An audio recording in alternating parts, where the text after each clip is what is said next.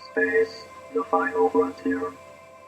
This is the Observer's Notebook, the official podcast of the Association of Lunar and Planetary Observers. Its mission to explore the solar system, to seek out new observations and data, to boldly go where no podcast has gone before. And now the host of the Observer's Notebook, Tim Robertson.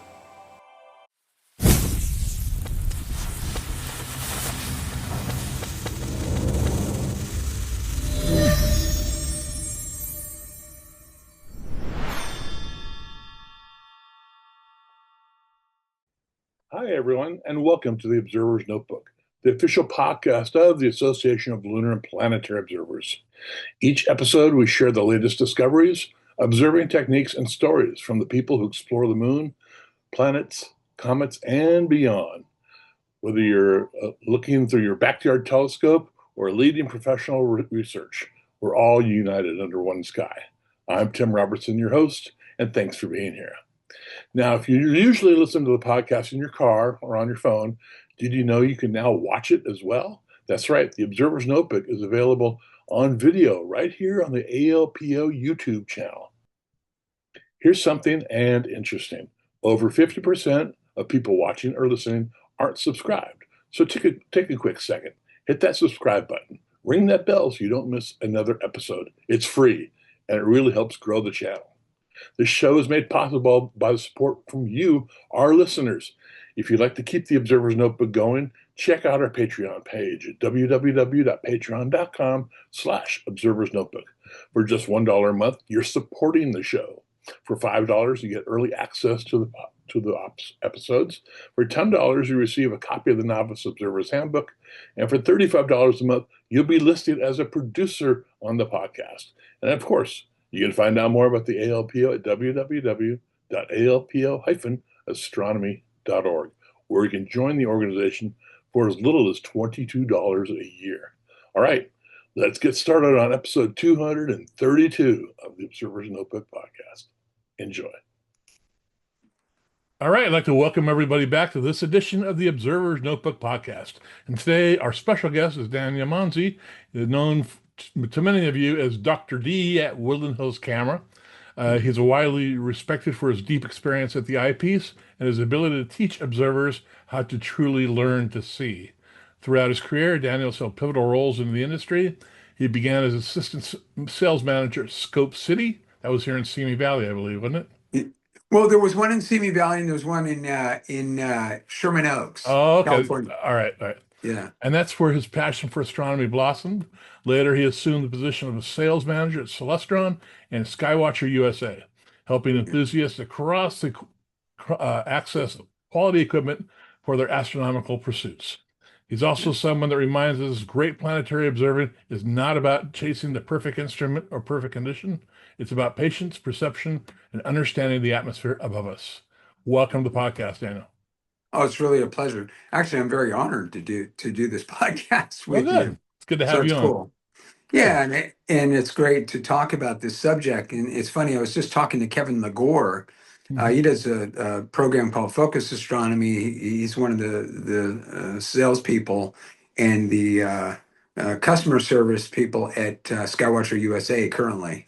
And so he's got his podcast. And so we kind of want to talk about city observing. And I think it's an interesting subject because I know a lot of the perception is that people feel like they can't see a lot of things from a city. I'm in borderline skies, which is like the worst you can have. Yeah, right. I hear you. Yeah, it's just, but you see, I actually like it. I know a lot of people find that strange, but I like light pollution for the kind of observing that I'm doing. I have very specific reasons why I like it. But that's not pertaining. One of the problems so I don't confuse people with this is that I don't want to convey the wrong message here that you don't need dark skies. It depends on what you're actually observing. And I'm just sharing this based on my experiences. And I think that the light pollution thing is there's a lot of misconceptions about it, that topic. And I always say to people, if you want to observe like galaxies or nebulae or even star clusters, Some of those you can see from a city, but galaxies are awash, as Hmm. you know, and dark nebula are awash.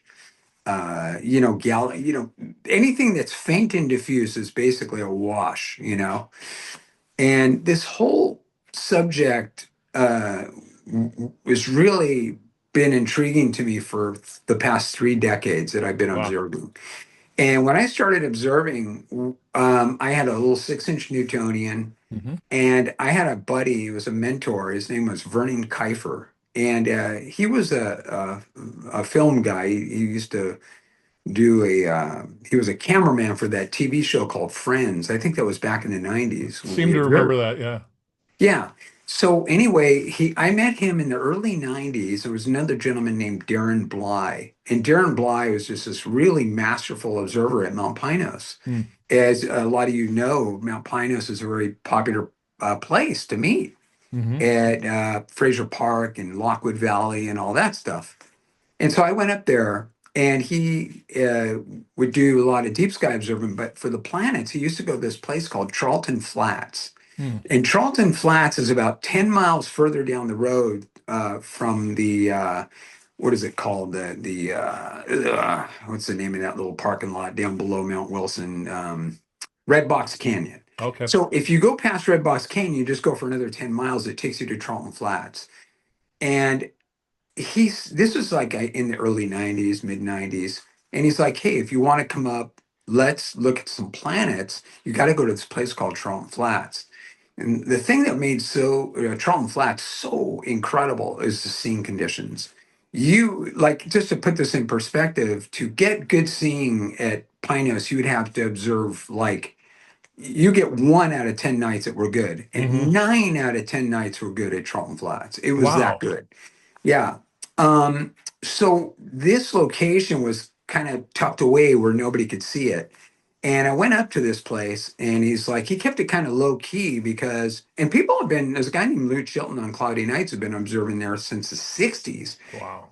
So there are some people that know about it, but what's amazing about it is these seeing conditions. It's not necessarily a dark place, but the seeing conditions are stupendous. Wow. And even with a 4-inch refractor, you could see so much detail on Jupiter. It was just mind blowing to me. Interesting.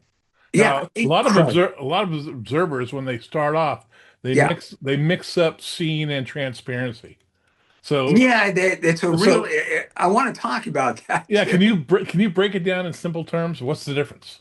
Yeah, well, so usually when you have transparent, think about Los Angeles, right? It's a basin, right? It's just packed with light pollution.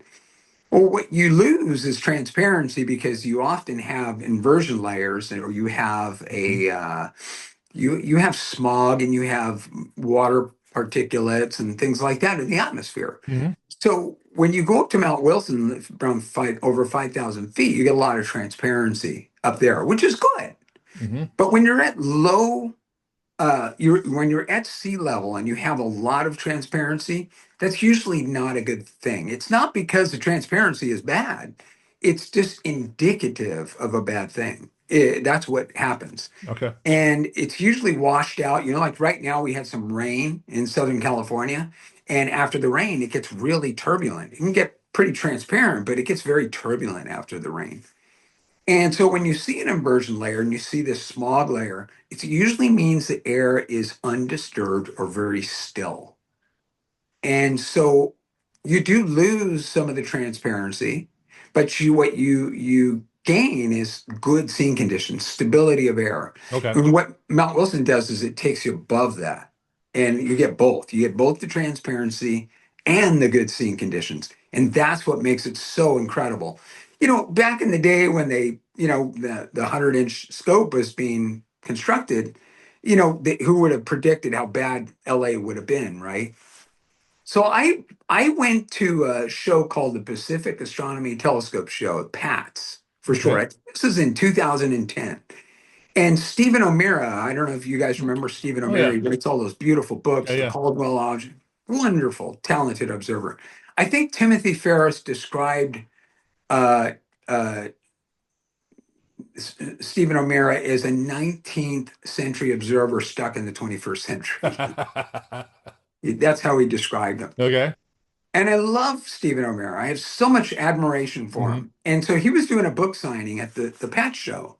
I went over to his booth just to commend him and tell him how much I loved his work and admired his planetary observations. Because if you guys know, he had just he had observed those spokes on Saturn's ring Hmm. system, and they didn't confirm it until the Voyagers went by, and Right. he was vindicated. It was such a beautiful story.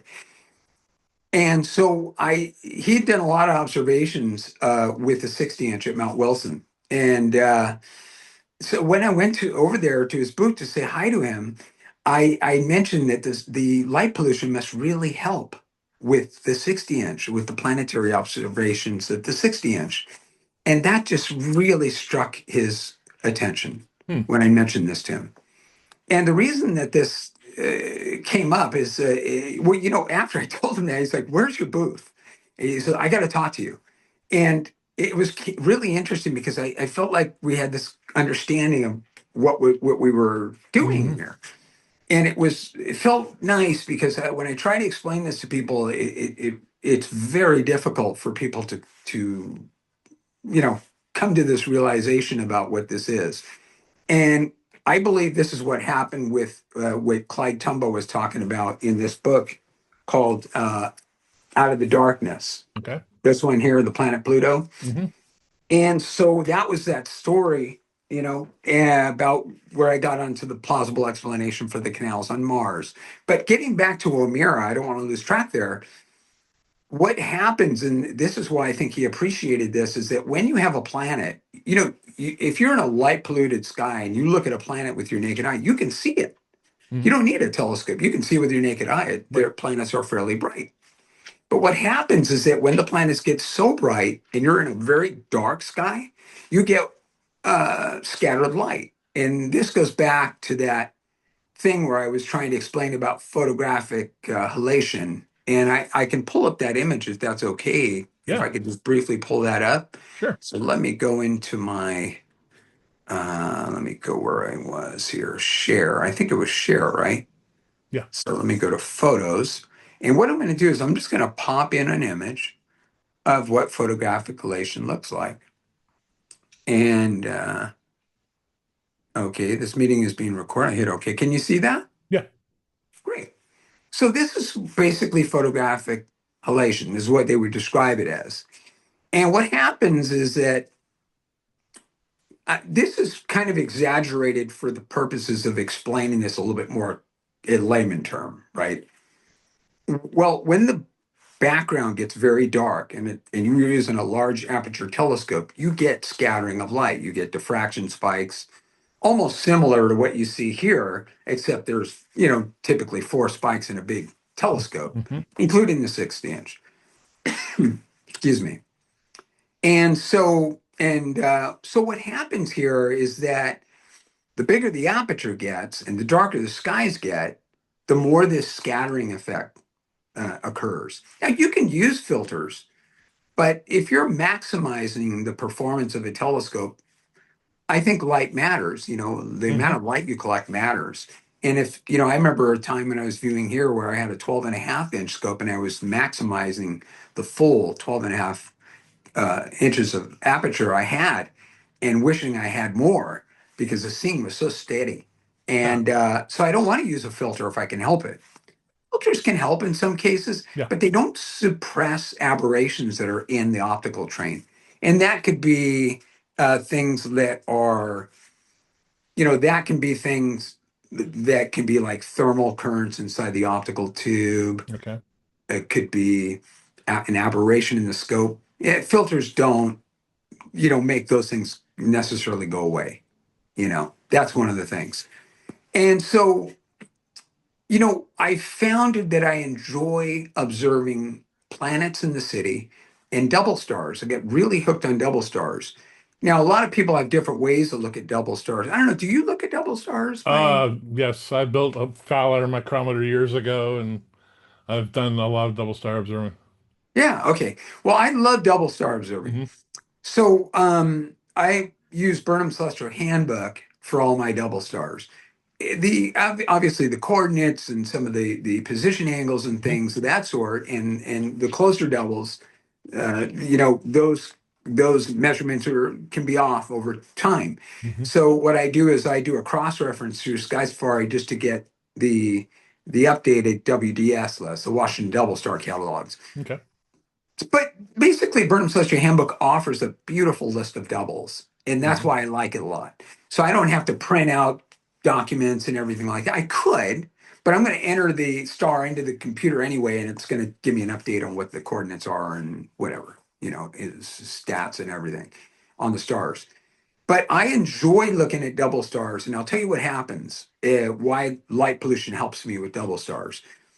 If I'm using a telescope and I increase the magnification, what's going to happen is that the background gets darker and darker because the exit pupil is shrinking smaller Mhm. and smaller and smaller.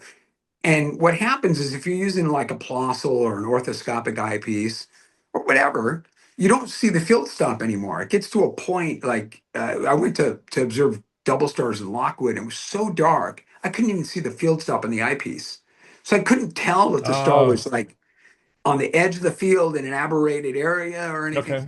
So I always like to have a little bit of illumination in the background, framed in the eyepiece, so I can center the double star in there. And I also feel that it helps with color acuity, not dark adapting your eyes, avoiding. So the conventional things that we associate with dark adaptation and that we do with deep sky observing are just completely opposite that of what is involved with observing the moon or the planets. I keep Right. white light on. I tell people don't use red flashlights, use a white flashlight. If you're doing, don't dark adapt your eyes. Like the worst thing you can do, is You're dark a adapt your rebel, eyes. man. Yeah, just it's weird, isn't it? What I'm telling you. And No, Stephen, but it makes complete sense. I grew up in the San Fernando Valley, so all I could see were the planets and the moon, and that's how yeah, I became a card-carrying member of the Alpo way back then. yeah, So yeah. it's because those, and I had great views through small telescopes. Yes, you can. Yeah. Yeah, it's so and so when I try to tell people about this kind of thing, it's kind of like, huh? I'm not familiar with this. That's not what I was taught or Mhm. anything. But I really think a lot of people that want to get into planets need to learn more about this. They should. They should give Mhm. it a try. Not Yeah. dark adapting your eyes. And when Stephen O'Meara came over, we chatted for a while. He was so intrigued, and he says, yes, the light pollution helps Mhm. because it reduces that scattering effect with the 60 inch. And I told some of the guys at the 60 inch, I said, hey, have you guys ever considered, when the seeing's not so great, putting an aperture mask on, maybe a 20. I mean, that thing's huge. I mean, you could Mhm. get a 25 clear aperture on that thing just to mask it down, just to kind of cut out some of that light, like what Clyde Tombaugh did in some of his Mhm. observations.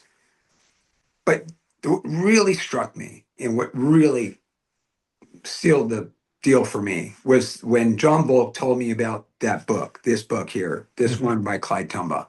And this is the one where I said, go to Google and just punch in a plausible explanation for the canals on Mars. And that's where I wrote the article that you and I had talked about, Right. where Clyde Tombaugh was trying to explain to people what was going on with this, what's called irradiation. And that is where you get an oversaturated view of a planet. Now, there was discussion about uh, Percival Lowell seeing the veins of his own eyes, right? Mhm. But I just want to say something for the record because I think there's some misconceptions about that. My understanding on the research that I have done is that where he was, where they claim that they felt that he was seeing the veins of his own eyes, those were observations of Venus, not Mars. And they were at a point 0.1 exit pupil, not 1 millimeter exit pupil, 0.1 millimeter exit pupil. Wow. And that was with the Clark, the 24-inch Clark refractor masked down to 3 inches. So I don't think that Lowell built a huge observatory to have a 3-inch telescope. If he wanted to have a 3-inch telescope, he could have used something else, right? That makes sense. Yeah. Yeah. So the other thing too is that people have to understand is that when you view uh, Venus, the best time to view it is during the day. And anybody that has experience viewing Venus knows this. Hmm. Unless you want to learn the phase, people want to, well, the phases are applicable as well. But, Yeah. it's just a glowing white surface. And if you're using a 0.1 millimeter exopupil, there's nothing to see Yeah. except this glowing, just this glowing white disk. So there's nothing to see that's degraded. But that kind of exopupil on Mars would have just obliterated detail, and it wouldn't have applied. So the reality was, I think it was using exopupil somewhere around zero point 0.5. I have to look back at my notes, I think, and on up, and when Clyde Tombaugh started discussing, and nobody ever talks about this. The only people I feel that I have this connection with is Stephen O'Mara and Clyde Tombaugh. I don't know other people that talk about this. It's so bizarre to me why people don't talk about this. If you have a 20-inch Dobsonian, you have a spider vane, right? Hmm. And you go to a dark sky and you look at a planet, you see big diffraction spikes coming off. But if you have light pollution, those diffraction spikes are less evident. You don't see them as easily, Okay. you know? Yeah.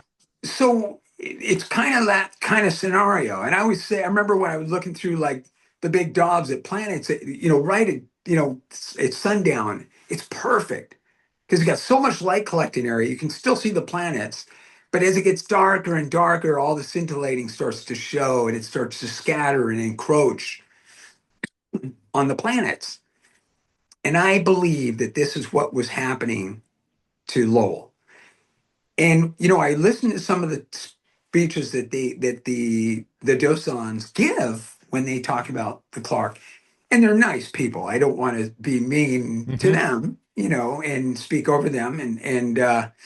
But I hope that maybe they get a glimpse of this podcast that we're doing, and maybe they can take this into consideration when they discuss Mars and why Percival Lowell was seeing these canals. Now, I strongly believe that this is what was going on: irradiation, the Hmm. oversaturation of light scattering on there. Now, I want to show you something here. I'm Okay. going to go back into images. I'll go to share. I'll go back into photos, and I want to send you those pictures of Coda. I'm going to send you two. Can I send two pictures, or does it have to just be I think one at you a only time? do one. You share Okay, so I'll share just one do at a time. that one, and then I'm going to go add another one. Let me just add. Oh, I can only share one at a time. Show one at Correct. a time. Yeah. Okay, then I'm going to share the next one. Okay. Let me go to the next one. Sorry, No and worries. cut in on me if I'm doing anything that's No, you're good. You're good. right. Okay, so I'm going to show you this. Can you see that picture now? Yep. Great. All right, I want to talk about this image. Sorry about Coda. That's my little bulldog. No worries. He's cute. Yeah, he's a little handful. He's a little tank. He's 3 years old. It's No. my little buddy. But I want to talk about this ball, and I want to talk about this leg block. And when you go to the DMV, I don't know if you've ever been to the DMV recently. They I make you avoid take it. a they make you take a thumbprint. Did you get a thumbprint? Yeah. Okay. Well, what they do is they store these thumbprints in a database. And say there's some record, or the police got a record, right? They can go through the database. They have these computers. They go through literally thousands and thousands, maybe hundreds of thousands of photos till they have an exact match, right, on a thumbprint. And our brains store images. Hmm. And what happened is, you see that wooden block on the right underneath the foot? Well, there's a bunch of these blocks underneath that chair. And the reason I did that is so Coda can get underneath the couch because he wants to sit under there. Well, what had happened is that I was looking for this ball right there on the left. Hmm. Well, I thought I had seen that ball, and it was kind of dark in the room, but I was looking. I kid you not, I was literally, my brain literally put spikes on those blocks. This is what my brain told me, because what's happening is the brain is just searching for an image to relate to, because Right. I want to find this ball. So I just went over to grab it, like I knew it was the ball. And sure enough, it wasn't. It Mm. was the wooden block. Wow. Blew me away. And this happens to people. Our brains, Hmm. I'm going to just get rid of this image now. I'll stop the share. But our brains we have patterns in our minds. Everything we see, we take for granted, but our brains store all this information. And so when we see something, our mind wants to relate it to something that is in the storage compartment, right? So I chose that ball. And I kid you not, my mind put those spikes on there. I think what happened is that, Carl Sagan was doing a speech with these kids in this auditorium, and he was talking about how Percival Lowell had placed canals in areas of Mars where there were no dark features to connect dots. And what I say is that was all the more reason why he would have put canals there. Because when you have a Mars, right, and you have a vacant area, and you have bad seeing, or you have turbulence, or you have irradiation effects, what happens is they encroach on each other. Okay. You have light encroaching on dark, and dark encroaching on light colors. And what happens is that I believe that he was seeing these artifacts that were interfering with that vacant area of Okay. Mars. And so in his brain, his mind wants to put patterns together. I believe he put patterns together in his mind. Mm-hmm. And this is what Clyde Tombaugh was talking about. But all of this, the fundamental thing about all of this is that it goes back to what I've been trying to say is that, if you figure back in that day, there wasn't really any light pollution back Right. then. It was pitch dark.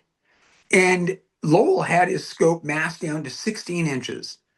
16 inches, that's, a pretty good amount of aperture. Yeah. And Mars is a very bright planet depending on its, on its position relative to the Earth, right?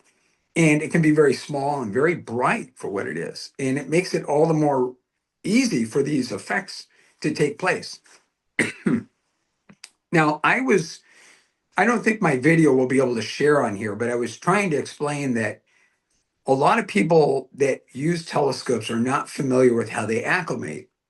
And acclimating telescopes, tube currents, diffraction spikes, anomalies that we see in our telescopes also can contribute to these artifacts that we Very true. see, and that's part of it.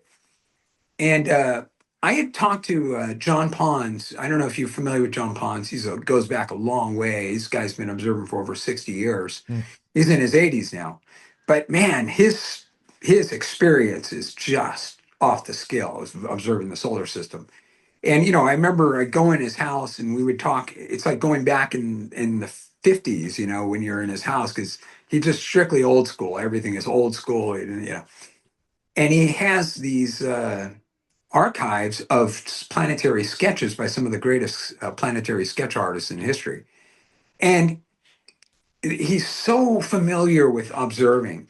And I remember him talking about an illuminated eyepiece that you put in it illuminates the background of a planet in order to create this light pollution effect to help reduce Wow. the scattering effects. And he had talked about this. Well, he understood it too. I should have mentioned him. And, when we went to Charlton Flats, it was a blessing because not only did we have good seeing, we had transparency, we had the light pollution, which really helped. And I know people find this hard to believe, and I have an observatory in borderline skies. Like, why would you have an observatory in borderline sky? Because I love visual and in light Mm-hmm. pollution. I love it. I want it there. So, I remember the amount of detail you could see at Charlton Flats, just in a modest a good quality French refractor, is unsketchable.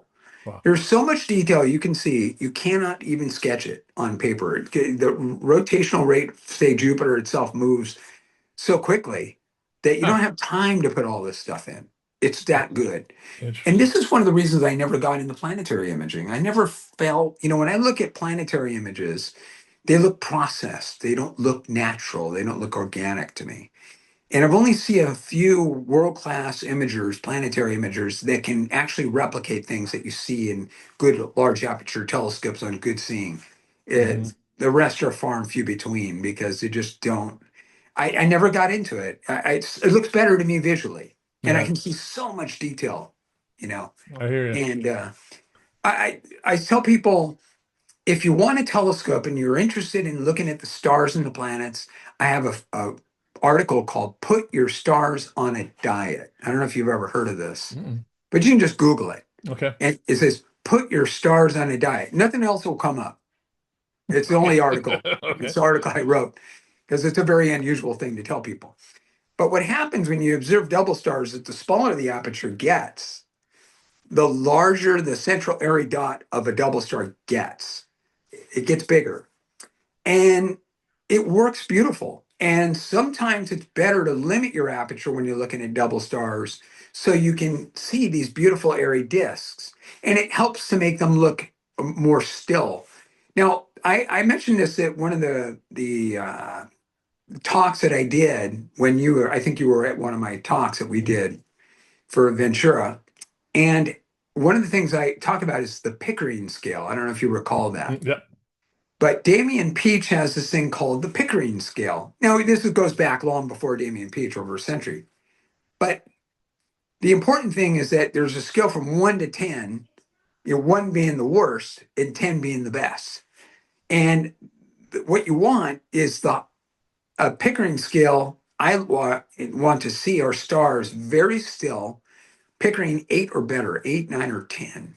7 is enough for me to stay up and observe, but I prefer to have 8, 9, and 10 on the Pickering scale. But anything below that, you're going to get woolly looking stars that scintillate with the air and Okay. the seeing and increased aperture. By decreasing aperture, it can really help to bring out the airy disks of stars. And in some cases, I've done some comparisons with observers. You can even perceive colors better, unless the stars are very faint. Okay. If the stars start to get faint, then of course you need increased aperture to help bring them out bright enough to perceive colors, right? So it's a give and take. And that's why I say just, for observers, take into consideration the different types of telescopes, what the disadvantages and advantages are. There's a learning curve to understanding the thermal behavior of a Schmidt-Cassegrain, the thermal behavior of a Newtonian reflector. And I tell people, if you don't believe this, Google Schlieren photography, Schlieren. Schlieren photography. And go to videos, go to Google, just punch in Schlieren photography, click videos, and you'll see tons of videos. And you'll find out that we are living in an invisible ocean. And right at me, if I was seen in a particular type of light, you'd see body currents pouring off my body. And these things, the telescopes are so sensitive to this stuff, but we Yeah. don't see it. So that Sure. yeah, and you try to tell people, they're like, huh? You Yeah. know, So it's unfamiliar. if you have a night where you want to go out observing, Yeah. you obviously care what the scene is like on that night. So how do you judge the scene just by walking outside and looking up? This is an excellent question because I don't know if anybody here is familiar with Carlos Hernandez. Carlos Oh. Hernandez is amazing. His history is just top notch. And I had him on one of my podcasts to talk about Mars Mhm. and talk about seeing. But one of the things that Carlos said to me, and I'll never forget this, I said, Carlos and I go way back. I went outside and the stars looked perfectly steady. And then I set up my scope and it looked horrible. And what had happened is the scene was so bad that what happens is that the stars, they scintillate so quickly that they just look like still, because they're moving. Everything is so fast that it just turns into this solid bright ball because everything's moving so quickly. And so that can fool you sometimes. But what I do in my environment, because I'm about a mile from the ocean, what I'll do is I'll stare up at the sky and I'll look at the stars. And what I should see is this kind of like this slow pulse. And then it stops. Then a pulse like that stops. That is when I know the scene looks good. You're going to see a little bit of movement, a little bit. You'll see a little pulse and boom. But when the seeing is constantly, you see the stars twinkling, twinkle, twinkle, little star, that's not good. Yeah. That's not good. And it's normally associated with the fact that we have some kind of dry Santa Ana weather. We don't have any water vapor or moisture. So I'll look outside to see if there's any moisture on the cars. If I see moisture on the roof of my car, I'll say like, I'll look at the roof of the car. I'm like, oh, this is looking good. I'm getting some onshore flow. This means I'm getting water vapor, what's called temperature inversion. Hmm. And so what that happens is that the Earth's crust is cool. I know when you're on pavement, this is a different story, but the Earth's crust is cool. And what happens is that when it's sunny during the day, the sun hits the ocean water and evaporates, and it causes what's called temperature inversion. And then what it does is you get this inversion layer, and what it does is it traps cooler air underneath there, so it doesn't differentiate from the temperature of the ground that you're standing or observing from. Because a Yeah. lot of the artifacts that hurt the views through of planets and stars are in our not our immediate area, pretty much. Include, and then you have to take in jet streams into consideration. So, I get an onshore flow, I get some moisture on the cars. That's good. That's a good sign that things are going to be great. But if there's a jet stream, that's another problem because you get those high altitude jet streams, and that's like looking at jet fuel going through you know, Yeah. like a penny under a stream of water, and that's not good. Yeah. So the further inland you go, the more you lose your seeing conditions. So let's say the desert. Like you won't want to go to a desert to look at planets, like the worst place. I'm not saying you can't get good seeing in deserts. You do sometimes. And Hmm. seeing, I just want for your audience, is strictly related to the stability of the air, not the darkness we're talking about. The seeing conditions referring to the stability of the air. The further inland, John Isaacs and I on cloudy nights, because he's in San Diego, south of me, and he and I kind of relate on this issue. When you're along the coastline, Santa Barbara, Southern California, San Pedro, Newport, Long Beach, all that stuff. San Diego, we get good seeing conditions out Hmm. here in the West Coast. They get them Yep. at the Florida Keys, and that's why they put Mount Wilson where it is. You get that prevailing wind that runs from the southwest to the northeast, and it hits the face of that mountain in that 60-inch scope, and they get beautiful seeing conditions up there. And that's why they put it there, because Southern California, whether people realize this or not, in Los Angeles, Griffith Park has some of the best seeing conditions in the country, right here in our city. Yeah. And Okay. and that's Yeah. beautiful. But the further inland you go, the more you get away from the ocean, and the air just starts to get turbulent because Okay. you have no ocean to keep the air stable. It just changes. I come back from Woodland Hills, right? Mm. I drive over the Getty Center on the 405 freeway back into the LA basin. The temperature goes from 100 degrees down to like 75 degrees just going over that mountain. And Yeah. that's where the ocean is. And that's a good thing. Yeah. Well, And you mentioned yeah, light pollution as helping with the seeing conditions or being able to see more detail, planetary detail. What about like yeah. smoke and haze and things like that? Well, I think that's a good point you bring up. Here's the thing, and this kind of goes back to what I was saying earlier about, the haze is indication that the seeing is probably going to be very still. Hmm. But the bad part of it is that you lose some transparency when you're pushing the magnification, is how you lose that. So that does sometimes interfere. There are some observers that like it. They Yeah. think it acts like a warming filter. It looks kind of neat. But the truth is, in my opinion, if you have the transparency, you're going to get the ultimate contrast when you get at higher altitude. Like Griffith gets you up higher, and then you get at Mount Wilson, which is even higher than that, and then you get that transparency. But the smoke, it's just indicative at low altitude. It's indicative of a good thing. It means that things are stable. That's all. It's not that the smoke is good or the moisture or the water vapor is good. It's just indicating that something good is happening. That's Yeah. all. That's all it is. Okay. You know? Well, we talked about atmospheric things, but what about like local conditions like rooftops? You mentioned pavements, buildings. How do those things affect Always. seeing? Yeah, it's very important.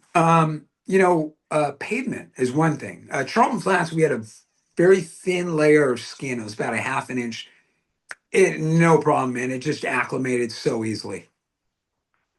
But when you get in concrete and you get 4 inches of concrete, that's warm and it stays that way for quite a while sometimes. And that's not the best thing. And sometimes I do view on pavement. Fortunately, I'm near the ocean. It's not as bad as what some people endure.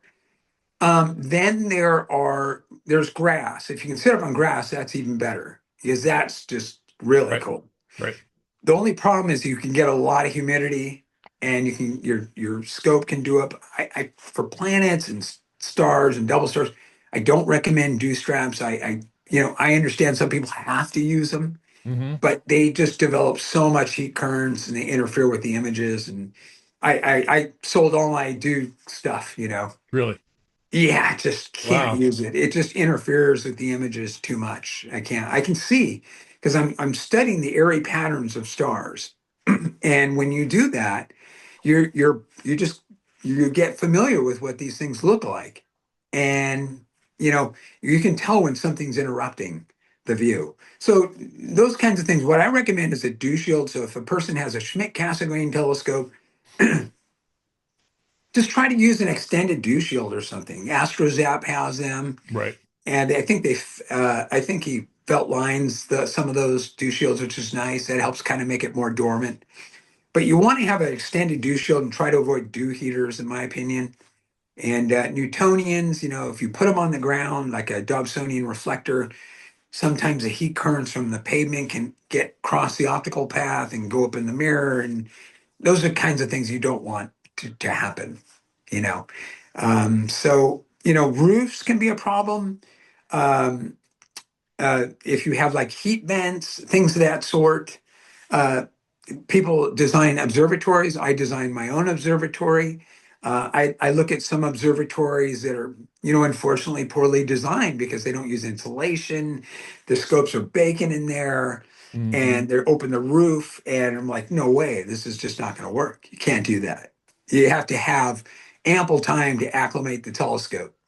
And I have a refractor. I have a Dalkirkham Cassegrain, and I have to spend a couple of hours to really acclimate that Dalkirkham Cassegrain prior to my observing, so it's ready to go. Right? Hmm. Otherwise, you're just going to get tube currents, and that's the thing about refractors. I tell Yeah. people, you don't like fiddling with scopes, just get a refractor. They're dummy proof. That's Yeah, true. Now, are some planets more seen forgiving than others? yeah. This is a good question too. These are good. um, can you repeat that one more time? Yeah, some planets that are there planets that aren't as affected as much by poor seeing? Here's this is so funny because I just wanted to put myself together with this. I remember doing an observation of, God, this must have been 15 years ago. It was Jupiter and Venus side by side on the west horizon. Hmm. And I looked at both of them. And Venus looked more turbulent. It's brighter, it's Hmm. more pale in color. So it scatters light more Hmm. visible than Okay. Jupiter. So I always say to people, the bigger the telescope gets, the more susceptible. And, it ends up being a reflector sometimes because, as you know, refractors get very expensive. Right. Once you get, up in the higher echelon, it gets cost prohibitive, right? Hmm. So I say refractors are almost thermally immune. I mean, when you do, if you do you can take a star and defocus a refractor on a bright star, you see a diffraction pattern, and you can see the image looks it just moves slowly like this. Then when you get into Cassegrains, it's just like everything's stirring Right. around And and bubbles. Yeah. exactly like that video I forwarded to Yeah. you Yeah. earlier. And you get that scattering effect. And I would have to say thermally, SCTs can be pretty darn problematic sometimes. Their tubes are sealed. The light baffle holds so much heat, it stirs. That's why I made that video, because I wanted people to, and maybe you can put it in the description Mhm. below when you do the, I'll do present that. the podcast. But I really say that if you have bad seeing conditions, it's probably not worth getting a huge telescope to look at the planets, because you're just amplifying noise. If the first inch doesn't look good, why continue? Yeah, good point. That's my motto. So Yeah, you try to use the largest aperture you can, but it gets to a point where things get too bright and starts to scintillate and becomes more evident that there's, you know, seeing is just looking bad. The yeah. brighter it gets. Is there a single habit or technique that most improves planetary conditions or observing conditions? Like, Well, I will tell you one of the techniques I tell people with Dobsoni is make an aperture mask. God, they're okay. amazing. How good they work. All it is you have a spider vane crisscross, right? And you cut a biggest hole that you can in there and just put it in one of the quadrants between the spider vane. This is an old technique. It's been Hmm. around for decades, but a lot of people don't apply it. And we have a 20-inch Dobsonian with tracking. We have an 8-inch aperture mask. I have a whole review of it. It's called Observing Jupiter in the 20-inch Star Master. And I used the aperture mask and a refractor. Then I did the full aperture. And I love doing experiments. I want to see the empirical evidence. I understand people are into MTFs and stats and programs and measurements, and that's fine. That's okay. But I want to see the empirical observation. I want to see the evidence. I want to look through the telescope. I want to see it. So I had this obsession with comparing a bunch of telescopes. I had customers bring their telescopes over. We have looked through so many telescopes, refractors, Hmm. Cassegrains, Maxutovs, you name it, I've looked through every one of them, Hmm. because I want to. I make a concerted effort to meet people. I've gone out of my way to communicate with people to say, hey, do you want to get together? I want to do some tests. And this is how you learn. It's just Hmm. I always tell people, you don't learn to play guitar by reading about guitars. You have to actually play it, and you have to make mistakes Yep. along the way. And you learn and you get better at it. And you get Yeah. familiar with what you see, you Yeah. know? Looking back on your career and your observations, has learning to understand seeing been more important than improving your equipment? Um, I, yes and no. I mean, seeing is, as you know, is so important. Hmm. But one of the things that's happening now is, we are getting a lot of optics out of China now, and Hmm. they're doing a pretty good job for the money people pay. They're not bad. They're Hmm. pretty good. But I think as you get into really good seeing conditions, you start to notice imperfections that you can't ignore, that they're just there and you know it. So I think you have to have a combination of good optical quality, and the bigger, the better, but not always, because sometimes increased aperture works against you. It doesn't always work Hmm. great, but you want to, when the seeing is good and the telescope is thermally stable. I think the bigger the scope is, the better off, the more you're going to see. Okay. But again, there are limitations, and I think. I always tell people, if you don't want to fiddle with scopes, you don't want to learn to collimate them, meaning align the mirrors, because I know some people don't know what collimation means. It just means aligning the mirrors, as you know already. Some people don't, we get a lot of returns at the telescope shop for repair because they don't know how to collimate the scope. And so they get these blurred images that don't look good. So I still think it's very important to have good optical quality Hmm. combined with good seeing conditions. You got to kind of have both, you Yeah. know. You Well, know. what do you do when you have those customers come in and the optics are fine, but they're chasing perfect seeing conditions? The Yeah, object doesn't look like Saturn does not look like what they think it should look like. What do you do with that? yeah, yeah. That is so funny to me because to me, Saturn looks amazing. Like it's mind-boggling how much detail you can see in the rings. Hmm. So, but I think for most people who are just starting out, they don't know what they don't know, right? Right. So they just go up, they think, oh, I got to go to some dark sky. So they drive out to some desert, they set up the scope. They know nothing about acclimating a telescope. They know nothing about collimation. They know nothing about seeing conditions. And they go out and they look through it and they see this blob. They're like, what's going on here? I'm like, no, there's a learning curve here. Hmm. There's like all this stuff you got to know about, you have to be taught and to be privy to. So when those people come in, I genuinely take the time to try to educate them Hmm. and tell them, you know. And I think I've been doing telescope sales for about 25 years now. Hmm. And I think I've cultivated a really great relationship with countless customers Yep. by just trying to help them genuinely. I'll try to help them out, even if it means you don't sell them anything. Give them some good information so that they'll remember that. And then if they do need something and I can help them, they can come back or whatever. But I just try to explain collimation to them, make sure your Hmm. scope's collimated. I try to tell them to store their telescope in a cool area. Like if you have like a wine cellar or something where you can keep things in a cool environment. This is no joke. I kid you not. I had a guy, this guy didn't even know what he didn't know, but he bought this beautiful 6-inch refractor, a high quality one, brings it over to my house. And I had my refractor, which is a world class 6-inch telescope, and we set them up side by side and we looked at Jupiter. And his scope just blew mine away. So I said, there's a reason why this happens. And what happened is that he had stored his telescope in his office. And his office was at like a constant 65, I think it was 67 or 68 degrees Fahrenheit. So when he brought the telescope over, the thing was just It was already cool. so, it was just beautiful. Yeah, and refractors are good, Yeah. even thoroughly, they're pretty good.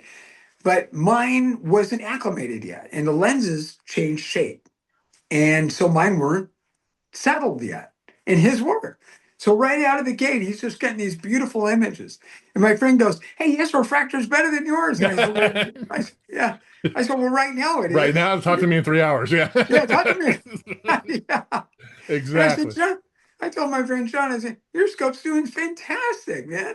That's great. You don't even know why." But I remember when I picked up a tube, it felt cool. I could tell Okay. the metal was cool to the touch. Yeah. So I knew something was going on, you know? Yeah. Yeah, it was So, really funny. so if money wasn't an object, what would be your dream telescope?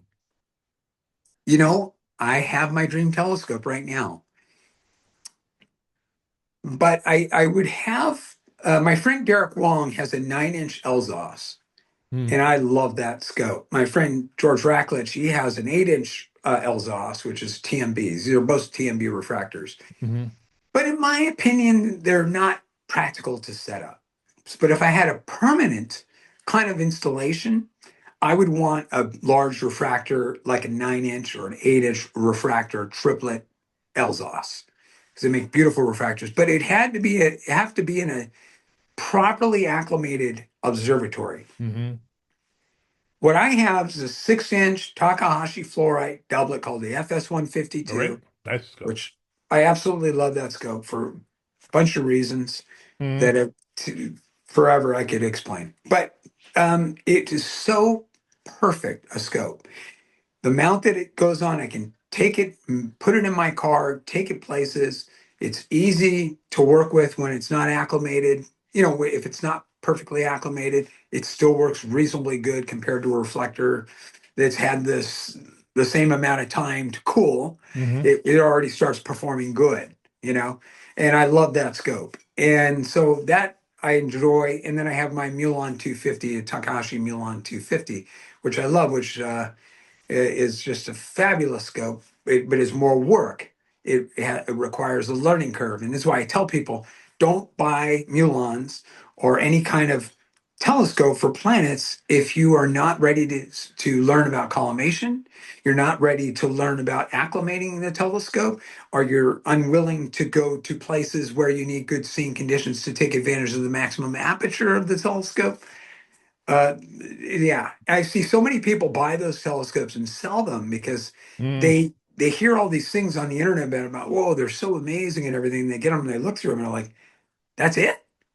yeah. And I'm like, yeah, you're not, something you're not doing is happening and you're not getting the full perspective. Yeah. And Well, a lot of it is also the observer themselves, their experience of the eyepiece.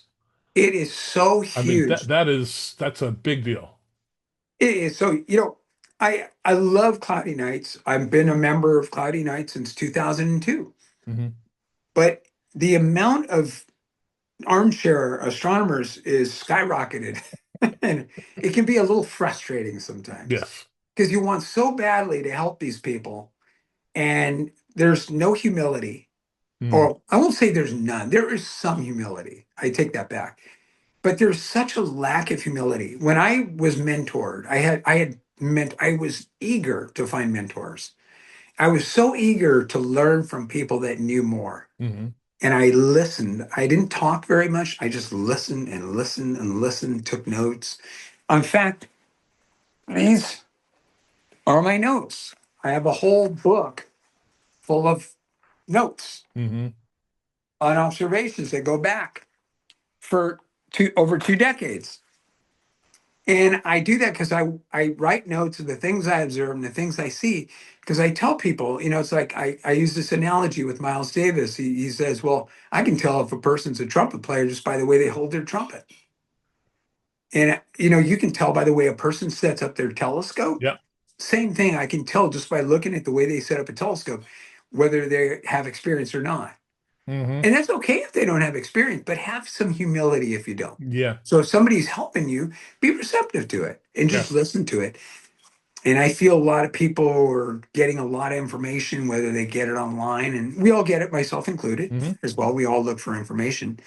But I just think that the humility part is unfortunate that we don't have it. And I hear you. I talk about it with some of my people that I observe with in private, and Hmm. it's tough sometimes. It is. And It is. it's really tough. Yeah. Yeah. I sometimes I'm like, do you people want any help? Or, it seems like you want help and I'm Yeah. trying to help you. Yeah. Well, it's like one of the programs I do in the Alpo, I do their training program and Hmm. training observers how to observe. And it's drawing Jupiter or drawing a Yes. crater on the moon and drawing the same Yep. crater for a year. And Yep. all of a sudden at the end, they're seeing detail they didn't see before. God is so true. And, It is and it's just so like, true. because you're training your eye. I mean, it's like we've all been to the star parties where we put a galaxy in our telescope and there's a line of Yeah. people and they don't see anything, but you see the spiral arms. It's the same type of It's thing. so true. Yeah. I don't know what happened with that. This is what I like about Don Penzak. He's, Hmm. and Alvin Huey. I have admiration for these observers because they're so dedicated. They Yeah. care so much.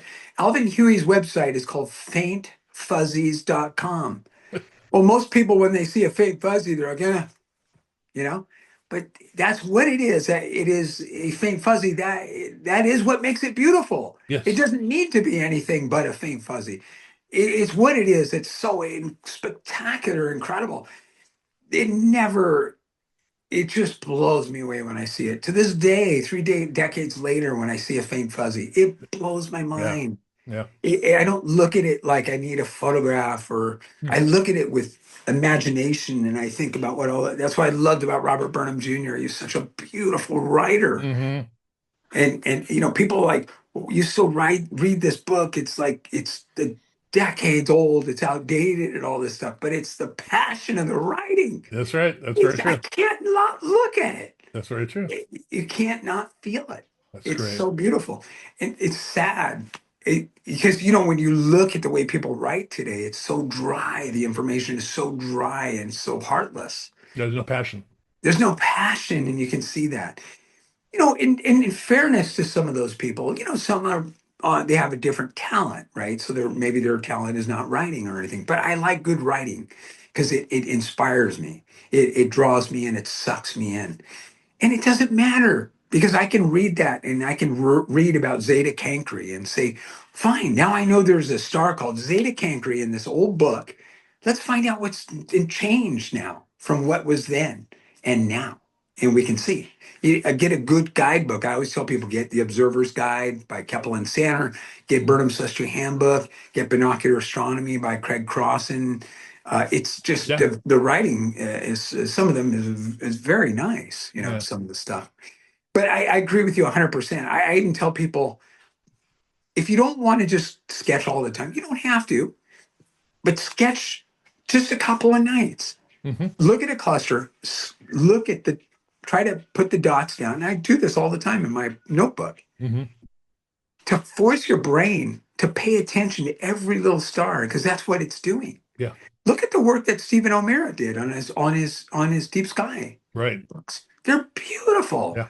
He observes by himself, in Hawaii, Hmm. and where he did some of the observations, and he sketches these things, and he sees so much detail because he's so focused, he's so constant. He's concentrating. I love equipment. I love gear. I love telescopes. I love understanding them. But I love astronomy. Like I love stars and Hmm. galaxies. And I want to understand it. What is it? How far is it? Great. Why does this one look this way? Or it's so cool. The colors of stars, the binary system. And the thing that I was telling this of astrophotographers, have you ever read a novel, a book or a story?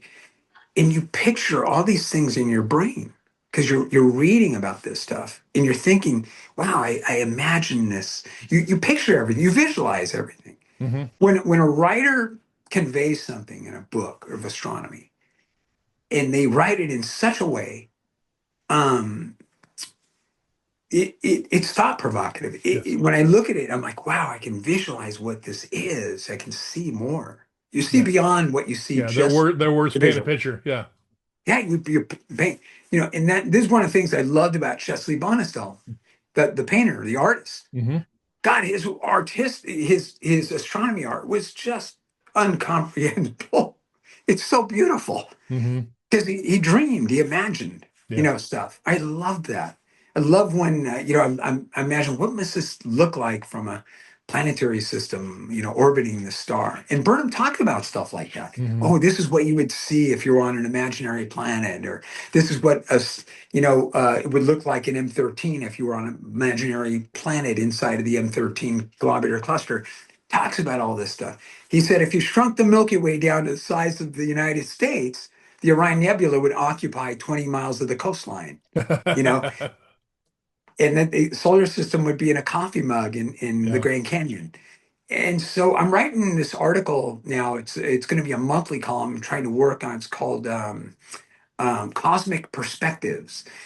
And it's going to be about deep sky objects, but it's going to be models, mental models to help people appreciate the scale of things so they Good. understand more. You know, I remember this guy who was at one of my star parties and he looked at the double star. And this is a true story. And he looked through this eyepiece for about 15, 20 seconds at a double star. And he got up and started to walk away. And I said, Did you see anything? He was going to leave. And I said, Did you know that those two stars are twice the orbit of Pluto that you're seeing side edge on? And you know how far Pluto is. I tried to explain this to him. So he went back to the eyepiece. I swear to gosh, he was there for about 10 minutes observing the star. He just sat there for 10 minutes looking at it. And he was thinking about this stuff that I was telling him. And this is why I say if you don't read and you don't learn and you don't understand what you're seeing, you're only going to see it for its face value. That's it. Yeah. It's like if you talk to a person, uh, there's the physical appearance, and then there's an intellectual part that is also interesting.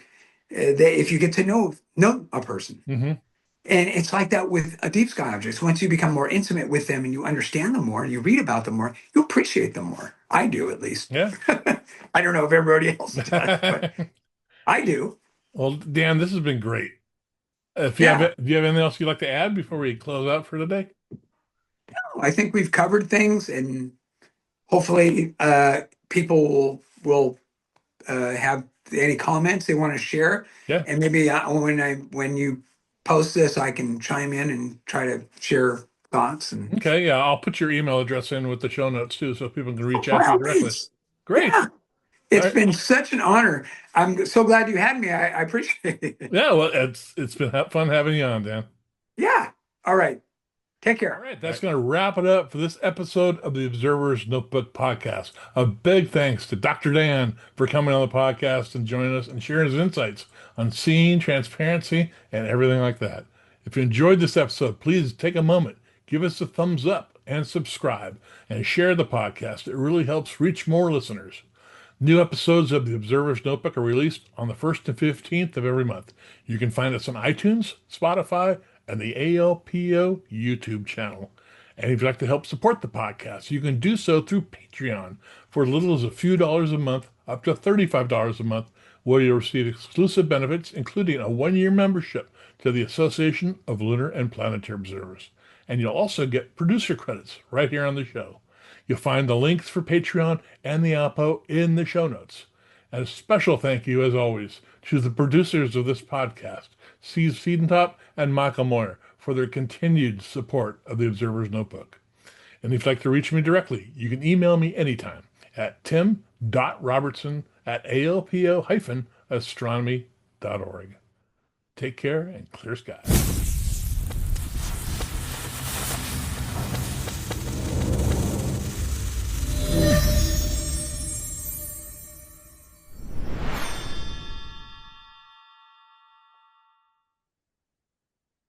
You can join the Association of Lunar and Planetary Observers today. It's just this easy. You can become a valuable member of this International Lunar and Planetary Astronomy Organization, founded in 1947 by Walter H. Haas. It's based upon the structure of the British Astronomical Association. You can join various lunar and planetary observing sections, contribute to our massive archive of observations. You'll have access to our extensive lunar and planetary gallery of over 20,000 photos and observations of the sun, the moon, comets, meteors, and the planets. You'll receive our quarterly publication, the Journal of the Association of Lunar and Planetary Observers. You'll have the ability to join the ALPO training program, which will teach you the finer points of making planetary observations. You can attend our annual virtual conference, and you'll have access to the Observer's Notebook podcast. Membership begins at only $22 a year. The way to find us, just go to your Google and type in ALPO Astronomy, and you'll see this prompt come up. There's our association with our website, alpo-astronomy.org, and you'll come to our homepage. If you look at the top of the homepage, it says Join ALPO. Click on that, and you'll come to the sign-up screen. Gives you the information on the organization, and there's two ways to join. You can join by mail, where you'll download a membership form, or you can pay online using PayPal. This is the PayPal processing page. You just fill out a few information lines, and then you're given the chance to click PayPal and join the association. Welcome to the ALPO.